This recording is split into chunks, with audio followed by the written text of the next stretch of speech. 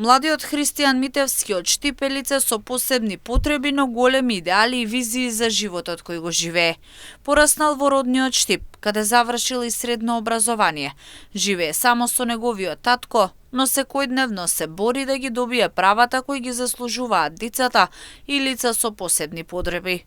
Со подршка од Господ, како што ќе каже Кристијан, но и од неговиот татко и пријателите, тој се труди да придонесе општеството да научи да ги прифаќа различностите, да не се прави дискриминација и да се прифаќаат сите луѓе подеднакво. Јас подекогаш кога пев ќе кажам кога завршив гимназија, јас завршив гимназија Славчо Стојменски, завршав во гимназијата, децата спрема мене правеа некаква дискриминација и токму тоа јас што го кажав во првиот дел. Значи, ние треба да ги прифаќаме тие луѓе. Значи, што се однесува до родителите. Секој родител е должен да пред да го да тврде детето на училиште, е должен да му каже: сине, ќерко, во таа средина ќе наоѓаш луѓе и ќе мораш да се дружиш со секого, ако му е тешко, да му помогнеш. На само 21 година се гледа неговата активна вклученост во повеќе сфери во општеството. Христијан има посетено повеќе министри, градоначалници, премиери, а за него се организираше и пречек со сите државни почести од страна на председател на државата.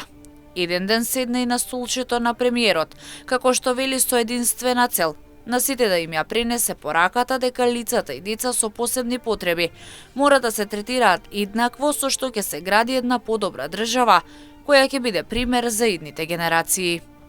Иницијативата лично беше моја за каде и да одам, да ја пренесе пораката дека без разлика на било која политичка партија, на било кој министер, градоначалник, премиер, председател на држава, на било кој поединец, да ја пренесе пораката на тој што ја води таа функција, дека